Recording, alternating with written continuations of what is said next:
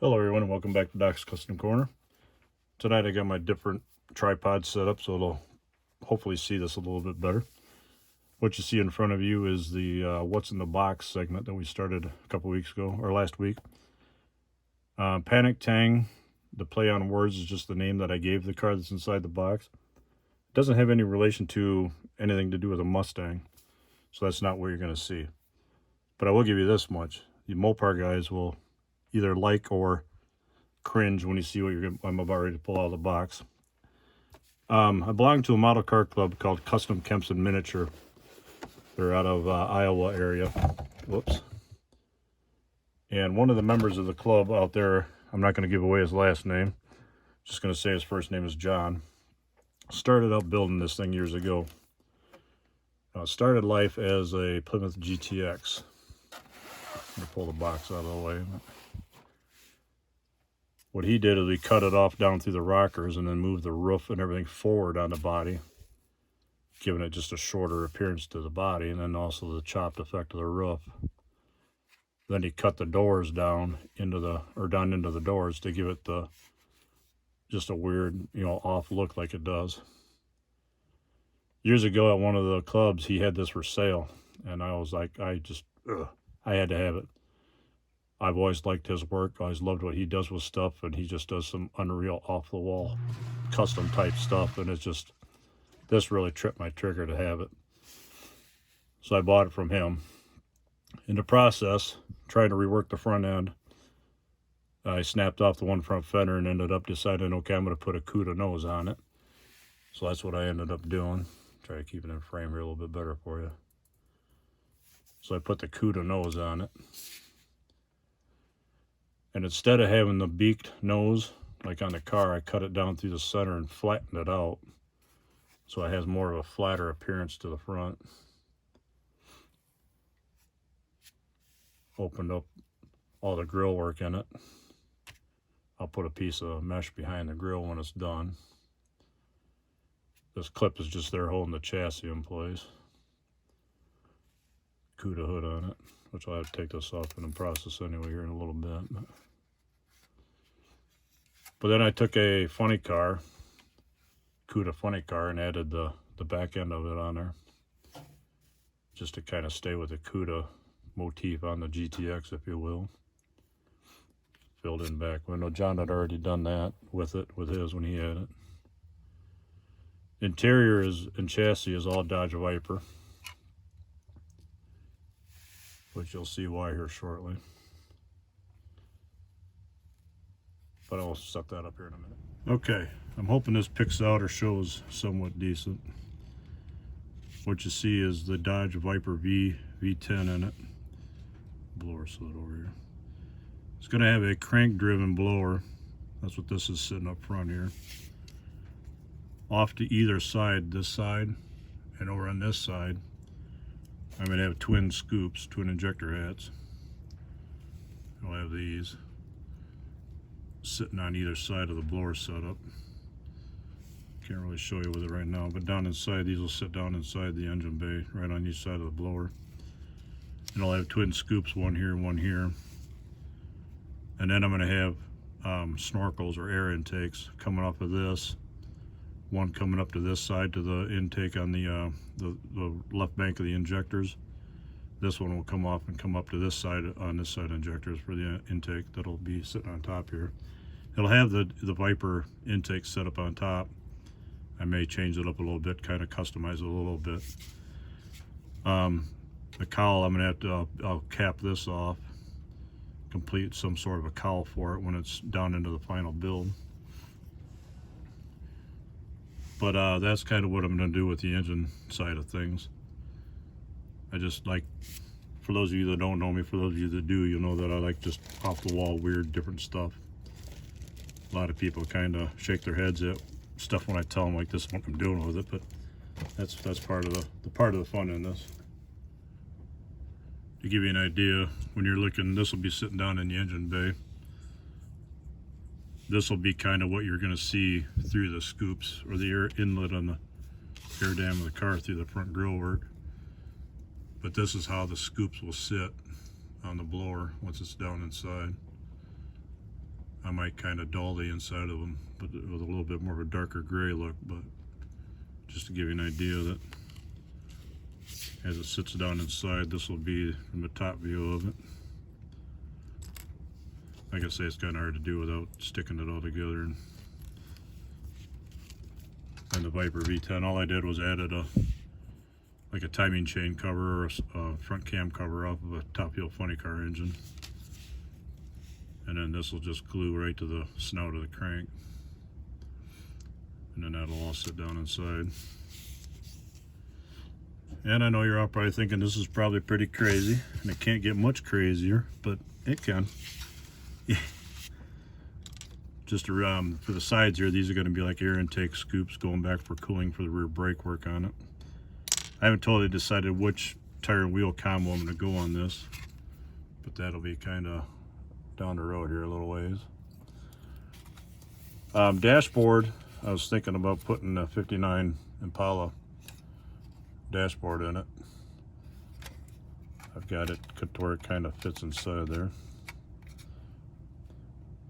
And then once the cowl, I got to cut a little bit more, but that'll be kind of the fit. Oh, there it goes. It's probably going to tip back on me, but that'll be kind of what that'll be about the general location where the dashboard will sit. I'm going to try to move it forward just a skosh more, but gives you an idea. I don't know if I can pick it up through the window area there so you can kind of see a little bit through the passenger window. Got something rattling around. Okay. I was also playing around with the idea, I don't know if I'm going to do it or not, but I was thinking about putting the side pipes off the Viper on. Like I said, I haven't totally decided if I want to put these on there or not, or just leave the rockers as is. May just end up leaving it just a bare sheet metal down the side, just run the exhaust out the back. Also, this is kind of what, this is kind of what I was thinking about for tire and wheel combination. Using the tires and wheels off of one of the Pantera kits. Like I said, I haven't totally made a 100% decision as to what I'm going to use for rolling stock yet, but give you an idea of what it kind of going after. I may, if I do go with this route, I may paint the wheels the same color as the body. Go for that monochrome look on it, but who knows yet. Just to give you an idea of what I use for the snorkels that I was talking about bringing out the blower up to the air intakes. I use a lot of shrink tubing. I use this for a lot of different tube work and stuff. It works pretty good. A lot of times if you put a piece of sprue down inside of it and you heat it up with a cigarette lighter, sometimes that, well, not sometimes, but you can heat it up and get the plastic inside melted enough to where you can bend this into a shape that you want. If you use just the tubing, you're going to get that kink in it like I just did there. You're going to get that fold in it, whereas if you put a piece of sprue inside of it, warm it up. You don't want to warm it up too much to where you melt and burn through this into the plastic. You just want to get it good and warm to where the plastic inside becomes pliable. And then you can bend this without kinking. You can bend it to a certain desired shape that you want, and you can position it however you want to make your bends on your intakes, or even like on exhaust headers. You can use it on there. I've had a couple of cars that I've used this stuff on over the years, even my semis that I build. When I'm building exhaust coming back to come up to the stacks on a truck, I'll use the same stuff to come up and match up to them to get it connected.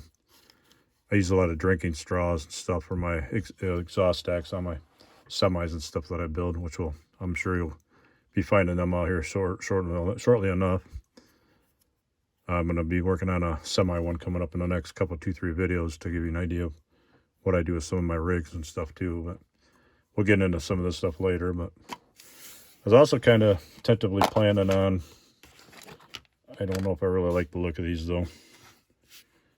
These are the Corvette wheels. I think these just look too chintzy, or not really cheesy, but just, I don't think they look right for the style and era and type of build that I'm going for. I want more of an aggressive, mean look to it. That's why I'm kind of leaning toward my second option of going with the the Pantera wheels.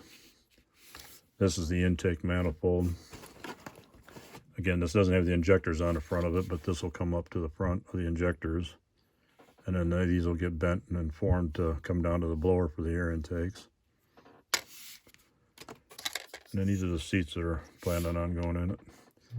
I want to say these are Corvette seats out of one of the monogram Corvettes. I got the other one here too, but that's what I'm planning on as far as seats are going for, concerned what they're going to call it. So all in all, that's kind of the craziness of what's in that box. One other thing I want to point out too, the lines that you see on top of the fenders here, I do this on quite a few of my builds just to mark where the center line of the front wheels are going to be. Sometimes I'll mark off the rear too, just so I know where the center line is, to where when I'm building the suspension into it, I know where the body needs to line up as far as the center line of the suspension. Right now, this is lined up with where the suspension would fall, so I know everything's in line with the front end, and then the back end I just needed to make sure. Why I do that is sometimes when I cut a frame, this one I didn't have to on this one. A lot of times when I cut a frame, that way at least I know where the suspension needs to come back and fall in line with the body. Just to give you an idea on that. But all in all, that's about it with that crazy setup. But again, I'm probably going to be pulling out some more of John's projects and stuff that I've gotten from him over the years. He's he's a phenomenal builder. He's awesome with what he does. So are all the other guys in Kustom Kempson Miniature. Everybody in that club has their own little niche as far as what they do, and each one of them is spot on and spectacular with what they do. I wish I had a illustration of everybody's work to show you, because there's not a member in that club that isn't stellar in what they do. So, but with as far as this one's concerned, that's it for tonight. I'll be right back with another idea and another question. So with that, I'm going to leave you with another question. What's in this box? Anybody care to wager or guess? See if you're close. See if you're right. Could it be the 09 Dodge Challenger? Could it be something different? Could it be what's in here, but something close to it? Something added to this, something changed. Could it be a 59 Impala in there? Who knows? If anyone wants to take a guess, leave your comment down below. Let me know what you think. See if anybody can get it close or not, how close you could be, how far off you can be. We'll figure it out. We'll find out. Appreciate everybody for watching. Thanks for subscribing. Click the like button if you like where this is going. Leave a comment down below, and we'll see you all in the corner. Take care, everyone. Good night.